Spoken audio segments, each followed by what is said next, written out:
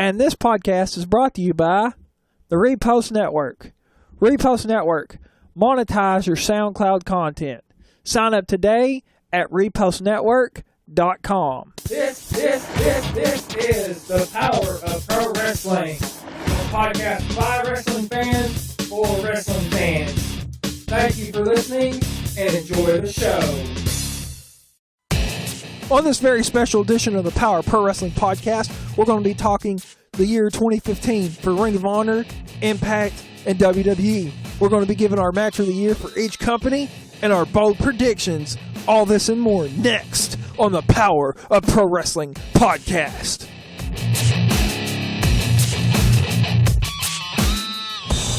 And welcome to the special year-end edition of the Power of Pro Wrestling podcast. This is Robert Red. I'm Chris Heineken. Thank you so much for joining us in this podcast. Year in review for 2015 for TNA, Ring of Honor, and WWE. Plus, we got some big poll predictions for 2016 for all three. Yeah, so we're going to actually start it off. We're breaking this up into three segments. Each segment, we're going to talk about one of the big three, meaning Ring of Honor, TNA, or WWE. We're going to start with Ring of Honor. So I want to start with you, Mr. Cornbread, Chris Heineken. Kind of give me your thoughts and your year in review for Ring of Honor for 2015. Ring of Honor in 2015 was a smash success for the company and for Sinclair. Sinclair is now taking over the country. Now they have they actually have a new station, a new cableized Sinclair station, which they will soon fully own, called Comet TV. You need to watch that for Ring of Honor. Also, the year with Destination America, weird year, no question about it. But I'll tell you this has been an excellent year for Ring of Honor, and it's going to get nothing but, they got nowhere to go but up for them in the future. Yeah, I'm in agreement with you. This has been a terrific year for Ring of Honor. I really feel that 2015 was a year of growth for Ring of Honor, just for the simple fact of coming into 2015, they were only on Sinclair broadcasting stations. That you could only see them locally. So it was announced, I don't know how early in 2015. I think it was pretty early. It was June. Yeah, well, okay, about midway through. It was June because it was before the Best in the World pay-per-view. Yeah, so June they made Destination America, and they were sharing with TNA. So that appeared to be a good sign for them. To go into more homes and stuff like that and let more people see Ring of Honor, which I was very excited about. They didn't have really a long stay on Destination America, and they've just a few weeks ago. The station direction, that's why. Yeah, they debuted on the new station calling it, which Sinclair has a part in. So I really see that there is a bright future for Ring of Honor, which we're going to get to at the end of this segment. So exactly. That's kind of it's been really a good year, in my opinion, for Ring of Honor. They've had a lot of growth. There's been a lot of good stuff that has come out of Ring of Honor this year.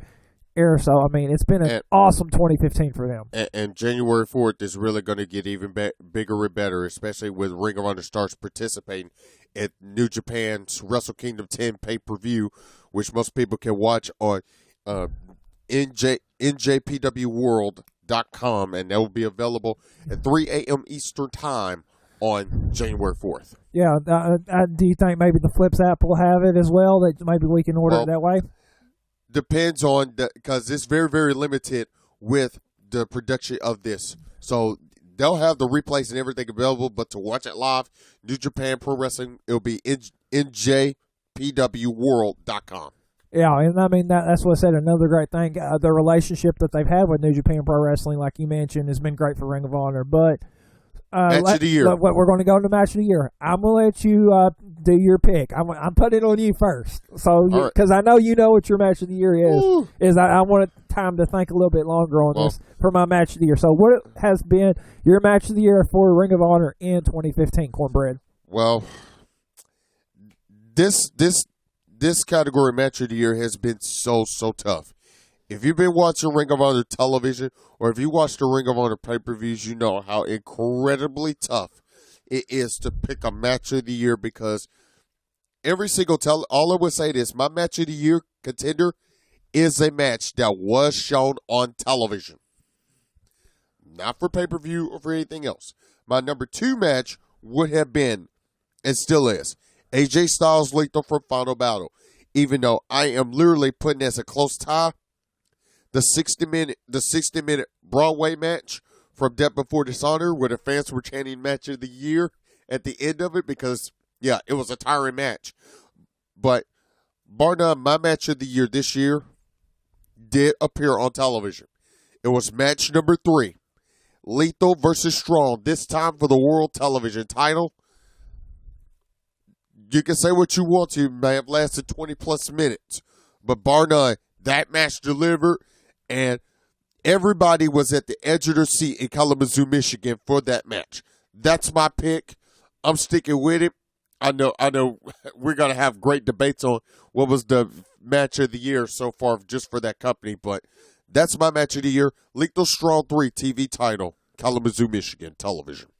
Yeah, I mean, like you said, Ring of Honor always delivers good matches in terms of if you're a big wrestling fan. It's so tough to pick. And so, I mean, it is tough to pick. I mean, you have significant matches that have happened this year. You actually had, I think, you had a unification match at Best in the World. You had the Battle of the Jays. You had Jay Lethal, Jay Briscoe, and it was title for title. And the interesting storyline to that point was the undefeated streak versus a chance to be the first ever singles Triple Crown winner. Yeah, so I mean, right there, it was just the important match there at Best in the World, the Battle of the Jays. I mean, you could make an argument just for the significance that being the match of the year. But I mean, what's yours though? Yeah, that's what I want to get to. Yeah. Well, I mean, with mine, I'm going to pick the 60-minute Broadway. I mean, just for the simple fact of it's a 60-minute Broadway, and just like you mentioned, at the end of it, the fans were chanting "Match of the Year." The fans were into it, and then just to have a match go 60 minutes is a rarity now in wrestling. And it wasn't even announced. It wasn't even announced that we had 2 minutes to go in the match. Yeah, so it just went through it. You're right. Yeah, so I mean, just for the drama and excitement of a match to just go 60 minutes, that's something you don't see anymore. Now, we could debate for another time whether that's a good thing or a bad thing, but just for a simple fact that if you see a 60-minute match that the fans are really into and just are excited in the world title match, that really has to be, I guess you could say, the match of the year. So that's going to be my pick for match of the year. Like I said, there are other close matches that have happened. Just for significance, Best in the World, just everything that's happened through the year. There have been other great matches, but for me, something like that I think really deserves the match of the year. And ROH just had a whole lot of stuff, but I tell you what, we are done with Ring of Honor, but actually we're not done so much. Yeah, we got to do our bold predictions for them, what we see in 2016. So that's the future, so I'm going to start with you. Well, I mean, as we already kind of talked about earlier in this segment, Ring of Honor has a bright future for 2016. I mean, coming into 2015, they had a bright future. I mean, you were on Sinclair for about half the year. You're still on Sinclair, but to go to Destination America and then to go to Comet, a lot of people might look like Ring of Honor is in peril, and I'm going to kind of talk about that with TNA. I feel Ring of Honor that's not a bad situation. While they may have lost Destination America, they had Comet right there ready to go. You knew what was happening. Comet's a Sinclair-owned thing. They have more distribution. They're working with New Japan Pro Wrestling. I just see nothing but a good future for Ring of Honor 2016. Hopefully they can even get a bigger platform with Comet. More people or more cable providers will carry the station so we can actually watch it live on TV and not have to catch it by other means. So, I mean, I just see nothing but great things for Ring of Honor in 2016. And I just see the company growing, thriving, and flourishing. And I know I'm being a broken record, but bright future for Ring of Honor in 2016. I say they will have the brightest future. And some people would say, hey, it's only, some people will say, hey, it's just, ROH just trying to make a move. In my opinion, ROH right now is doing what a lot of other sports companies would love to be doing right now because the innovation of apps. They're trying to keep wrestling on not just cable, but broadcast multi-market television. And you need television. Not necessarily all cable, but if you could go innovative and go back to the roots, which is, to me, what WCW did not do, because they were all cable-based, and they did not have that local presence anymore. And it hurt them big time. ROH, it does not hurt them. Sinclair has been the big deal to them. And on that note, I say future is up for Ring of Honor, and we got to take a break. But, well, wait a minute. I say break. There is no break. There's no stopping for Ring of Honor. They're going up. Yeah. So, I mean, that's really been our predictions for a match of the year, kind of our thoughts of Ring of Honor coming into 2015. And our predictions for them going in the future of 2016. So, what do you guys think? I mean, give us your match of the year. What do you think about their 2015 and also going into 2016? What are your thoughts for them going in? But that break you mentioned, I think we are about to take it right now. Will you say we take a quick break and let some... We're talking TNA right after this. Don't go anywhere. Yeah, so we're going to take a quick commercial break. We'll talk about TNA right after this. This is Amber. And this is Amanda. And you're listening to the Power Pro Wrestling Podcast. And we're back with segment 2 of the special year-end edition with the Power Pro Wrestling Podcast. We got TNA to get to, ladies and gentlemen. You already know the host. He's Robert Red. I'm Chris Honigan. You already know the host. So guess what? Why don't we just get to it? TNA, Impact Wrestling, if you will. No Dusty Rhodes intended there. Wow. Your review for TNA.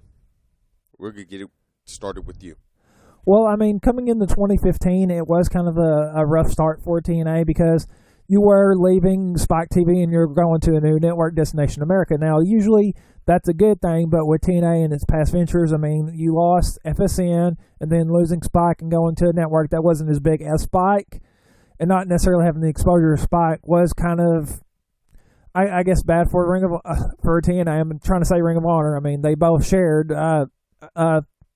networks. Yeah, networks. That's what I'm trying to say. Destination America this year, about a few months. So, I mean, going in to 2015, they didn't necessarily have a good start.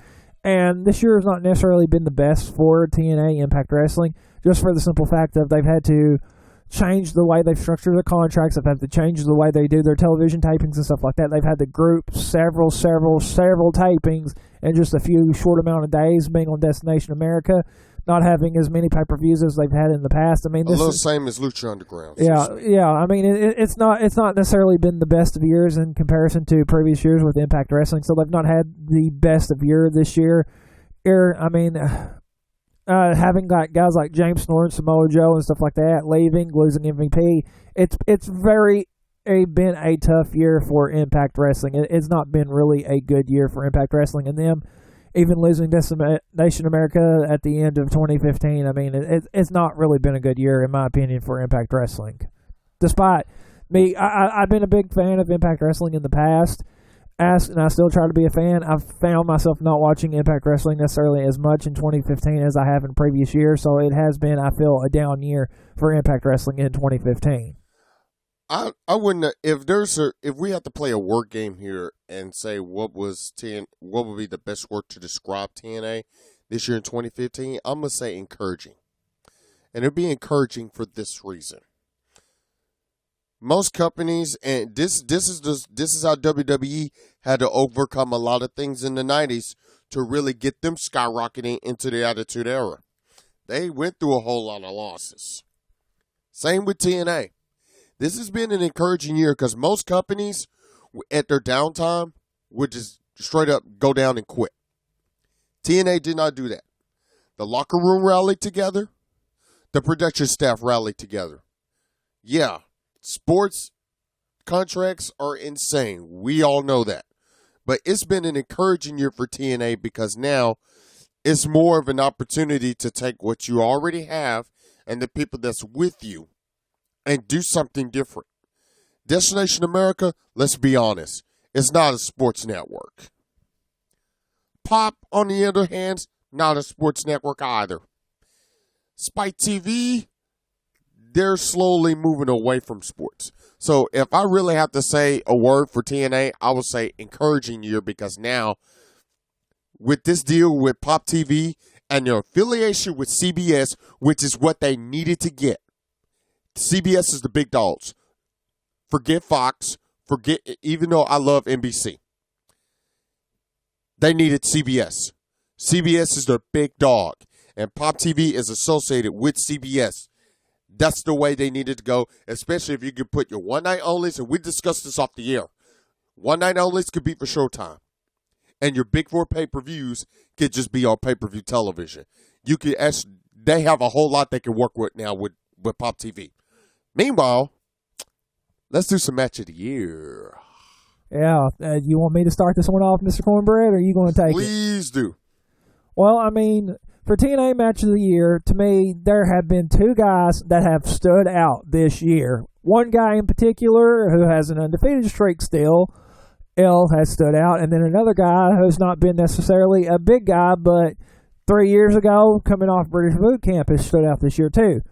Rockstar Spud, and then a guy with the undefeated streak, EC3. I mean, EC3 this year has had to carry the company pretty well on his back and having an undefeated streak. He's quickly approaching 1,000 days, I believe, without being pinned or submitted. So my match of the year should be no surprise. This was actually featured on Wrestle Talk TV as one of their contenders for match of the year. Hair versus Hair, Rockstar Spud versus EC3, and I think this actually took place in England, the UK. Hey, the reason why that I picked this as match of the year, just it was so believable to the fact that you thought that Rockstar Spud was actually going to break Ethan Carter's undefeated streak of being pinned or submitted, and it was just a very physical, violent contest. They actually, when they were showing it on Destination America, there would be times they would black out the screen just for blood. So I mean, it was physical, violent. You were emotionally invested in the contest. I went back just a few days ago just to refresh my memory of the match, and I just found myself just enjoying the match and the contest, just how good it was and how believable it was. Tyrus interfering really, to me, didn't take away from the match. Actually, it made it kind of putting the odds a little bit more against Rockstar Spud and trying to overcome them. I mean, if EC3 did eventually beat him and stuff like that, but just the build to the match, everything about the match, EC3 versus Rockstar Spud in the Hair versus Hair match, was, to me, by far heads and tail above everything else that's happened this year in TNA. I mean, there have been other great contests. We've had the World Title Series that's been going on the last several months, and I'm sure there have been good contests, but just the start of the year in March with EC3, Rockstar Spud, Hair versus Hair, to me, has been the standout match from Impact Wrestling. As great as that match was, we apologize for technical difficulty here. As great as that match was, even though that really started all the way back to when Dixie Carter was put through a table in 2014 in New York City, my match of the year does not come from, it doesn't come from the World Title Series or even what happened in England. My match of the year comes from the Best of 5 series. And even though I do have Rockstar Spud, EC3, the Hair versus Hair, barely I'm putting them at a number 3 spot. My number 2 spot is Austin Aries and Anderson from the World Title Series. But my number 1 comes in the tag team division. I really so bad want to go match 5 in that Best of 5 series because that was awesome. I think I'm going to stick with that. I'm going to stick with match 5 of the Best of 5 series because it was too tough. Even watching the match bell to bell, start to finish, the first 2 matches, even when Mike Tenay was on commentary that first match, it was like I'm just glued into the match by what the Wolves did and what the Dirty Heels did, meaning Aries and Rude. Match 5, the Iron Man, that to me that tops it because everything that they've done, the previous 4 matches, sets me up for match 5. It was so difficult to pick which one I truly want to get. But the Iron Man match number 5 in the Best of 5 series for the TNA World Tag Team Championship, where the Wolves eventually went on to win 5 TNA World Tag Team titles, to me, that sums it up. Okay. That's my match of the year. Okay, well, real quickly, since we have about a little more than a minute left, what's your future for TNA? And really, this is something I want to be discussing next week on the podcast with our special guest. I won't tell you quite yet.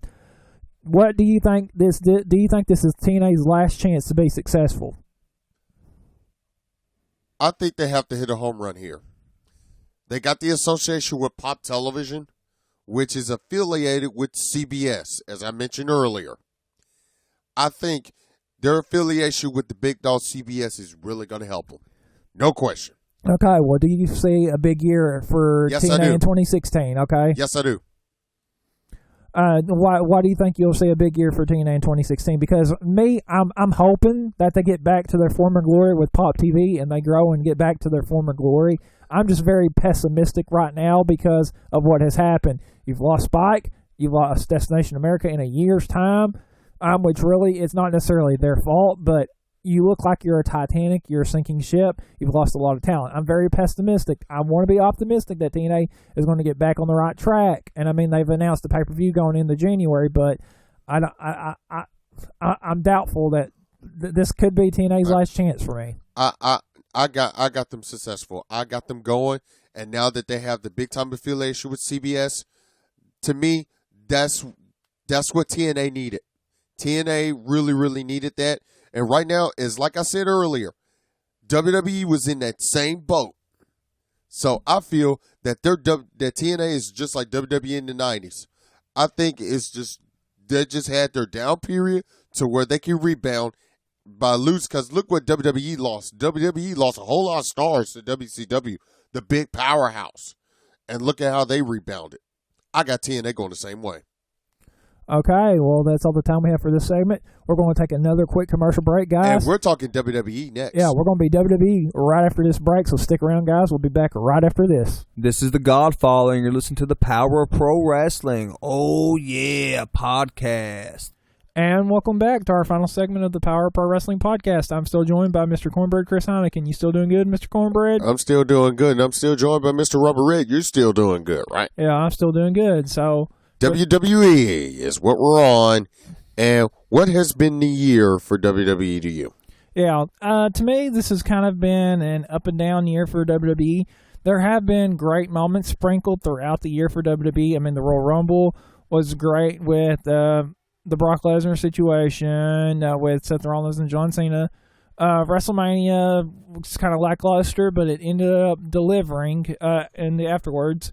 You had a great SummerSlam pay-per-view. So there have been great things sprinkled throughout the year that have happened that has WWE been great, but the year overall has not been necessarily a good one for WWE. You've had a lot of injuries here in the last several months. You've not cleared Daniel Bryan to compete. Seth Rollins got hurt being the champion, so they had to give that out. Cesaro's hurt. Tyson Kidd's hurt. There's just a lot of injuries right now, so it's really hurt WWE. And even coming into 2015, you had Brock Lesnar as the champion, and he wasn't appearing on a lot of the shows. So it really started WWE off on a bad note. So 2015 has been an up and down year. It's been a roller coaster, if I can use that terminology, year for WWE, just for the simple fact of you had good moments peppered throughout the year, but the year itself has not necessarily been one of WWE's best years. The ratings have been on a decline. They've had some of their lowest ratings they've had in 15 plus years. So, I mean, and it's not been necessarily the best year for WWE, to be honest with you. And I know I praise WWE a lot in a lot of my podcasts, but this has not really been WWE's best year, honestly. WWE will be in, if this was a pecking order, WWE would be number 3 in the pecking order. The only reason why they're kind of been staying a little bit of afloat is because of, granted, you mentioned earlier the triple threat at Rumble. To me, that stole the show.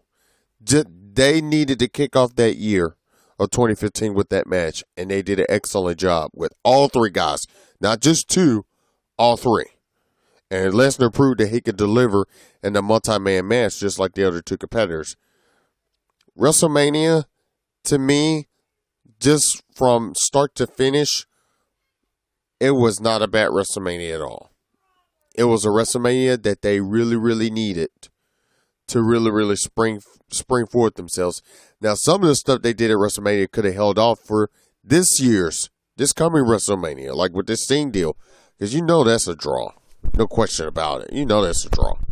But what I will say is WWE has had more of a down year. The only thing that's truly kept them afloat is when John Cena won that U.S. title and we had Cena U.S. Open Challenges. Every single week, that helped. Their highest rating was a 5.6. It was unhyped, unplanned, unadvertised, and it happened the night after WrestleMania. But it's like you said, whole lot of injuries, but the bigger story wasn't so much of the injuries as it was with the other with the other competitors, in-ring competitors stepping up.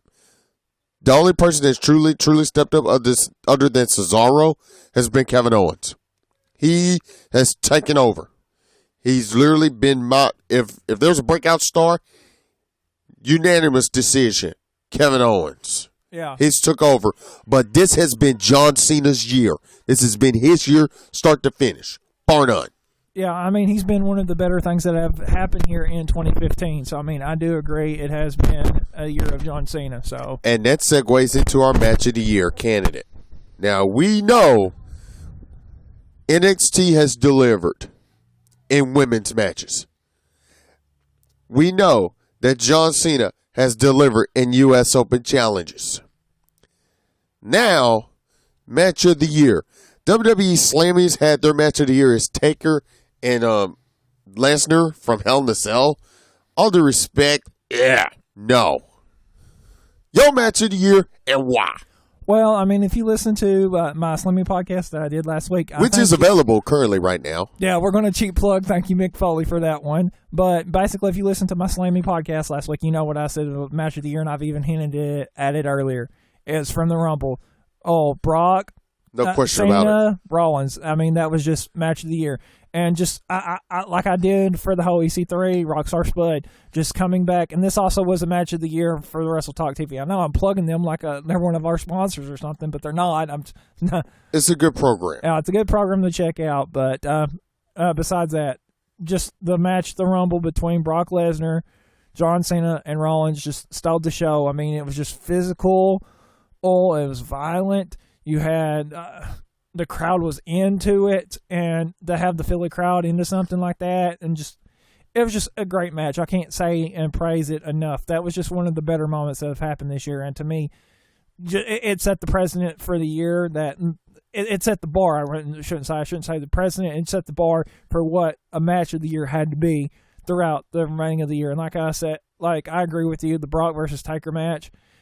I get that it was Taker's 25th year. I love Taker, but that was not a good match. It was not match of the year worthy. Taker's matches at WrestleMania were a lot better. Yeah, so I mean, and not to take shots at Taker, but that match was terrible. It did not deserve match of the year, in my opinion. That was a joke. I mean, Brock deserved to get match of the year, but it should have been with Cena, Seth Rollins, not with Undertaker. So I mean, that was just the match of the year right there for me, obviously. But what's your match of the year? Do you agree with me, or do you have a different pick? Too difficult to choose. Any Cena Open challenge that involved, or may I say just the Cena matches in particular, the three match series, pay-per-view series with Kevin Owens was incredible. Mm-hmm. Incredible. Kevin Owens stood up and he ended up becoming the big-time money player. And the match with Cesaro, big-time money player. I'm going by a 51-49 ratio. I'm putting the Lesnar Cena Rollins Rumble match slightly above TakeOver Brooklyn, Bayley, Sasha Banks. That's how close of a race it was. Well, they're both good matches. Well, for both of them. Match of the year, and LeBar hates saying this, but from Raw, SmackDown, and the pay-per-views, that's what I really wanted. If you want to stick around, since this is the WWE Spectrum, that's why my number one is Lesnar, Cena, Rollins. But since we do have a little bit of time before we're going to end, let's look at NXT, because we've had the rise of NXT, obviously, in 2015. It has been the ultimate rise. They're the ones that have been doing a lot better than WWE's main roster. Yeah. Period. And TakeOver Special after TakeOver Special has been great and amazing, and especially, like you mentioned, TakeOver Brooklyn, Sasha Banks, and Bayley for the women's title was just amazing. Just the build to that match. Going in with Bayley having to beat Becky Lynch, beating Charlotte, just beating everybody, and then finally getting that match with Sasha Banks, and to finally get the women's title, and the crowd is just behind her. she, to me, in my opinion, could be the female version of John Cena. She just connects with the audience. I mean, if you look at Izzy, who's like her big fan, they've even mentioned her by name, dresses like Bayley in the front row. Oh, just is into it. And even their match, their 30-minute Iron Woman match, making history, just the way that Izzy was into it and like literally crying. I mean, just Sasha Banks and Bayley in NXT have just been incredible. So, I mean, their match obviously have been probably the match of the year, and that's actually what won for Wrestle Talk TV. But for the main roster, it was the Rumble and stuff. It was the Rumble and stuff, but you cannot discount any John Cena match from 2015. You cannot discount that. And that's like I said on my Slammy podcast, and kind of my cousin was like, no, Seth Rollins, blah, blah, blah. He wrestles twice a night and stuff like that, and John Cena doesn't wrestle that. And I really didn't counter with why I thought Cena was better. But, I mean, if you look, John Cena had a category for Best Open Challenge. So, to me, he was the guy. And at 38 years old, that's the story. 38 years old, still doing a whole lot of stuff, and still making matches worth watching. And to me, that's one of the things that kind of saved Monday Night Raw from the last Monday Night Raw this 2015. But to me, yeah, you're right. I agree with you. Lesnar, Cena, Rollins had it, but I'm not discounting any John Cena match. Yeah. So, I mean, what do you see quickly before we go off the air for the future for WWE in 2016? Do you see a bright future? What do you see for them? In order for them to have a bright future, they better do what TNA did. Take the core talent that they have and utilize them. That's what they better do. I see them having a little bit of a better year. I see WrestleMania could be the show stealer. I think that's the one that's going to break all the attendance records, but it will be the last time it happens. Because the WrestleManias from that point on, their numbers will be drastically decreasing. So, unless if they move to new venues. They'll have a good year. WrestleMania will be okay. It all depends on what happens at the Rumble. That is going to tell the whole story. And SmackDown moving to USA. With that new announcer, SmackDown better deliver. Yeah. I mean, I do see a bright future for WWE. So, I mean, I do see that they can have a bright future. I'm going to slight future. That's my opinion. Okay, but that's all the time we have for this podcast. I do want to thank you for joining me for this one and kind of looking at wrestling at the year in review in 2015. So thank you for joining me, Mr. Heineken. And thank you, Mr. Red. But most of all, thank you, the supporting audience, for supporting this podcast.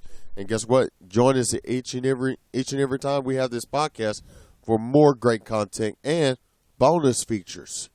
Yes, bonus features. You can become a VIP member, guys, for as little as $1 an episode, and you can get on our Power Pro Wrestling page on Facebook. You can like us there. You can tweet or follow us and tweet us on Twitter. I'm at Chris Heineken 1 on Twitter. And I'm at Robert Red Jr. So, I mean, you can follow me there as well. So, I mean, there's a lot of ways you can get in touch with us to find out more about how you can get access to this exclusive content. We do have a sponsor starting next week. You can visit Jeff at Sleep Sheep if you're in the Northeast Arkansas area to take care of all your mattress needs. So, he's the guy. I'm telling you. He's the guy you want to buy your mattress from. You want to get your sleep on. Go see Jeff. Yeah, he's going to be our sponsor starting next week. So, I mean, obviously, guys, check him out. Give him some business if you're in the Northeast Arkansas area, and even if you're not, you can hit him up. Or if you travel this way, and hear about Sleep Cheap, and you hear about Mr. Jeff, he's the guy you need to see. Yeah, most definitely. So that's a shameless plug, but thank you guys for joining us. That's all the time we have for this Power of Pro Wrestling podcast year in review special, and we will catch you guys next time. See ya!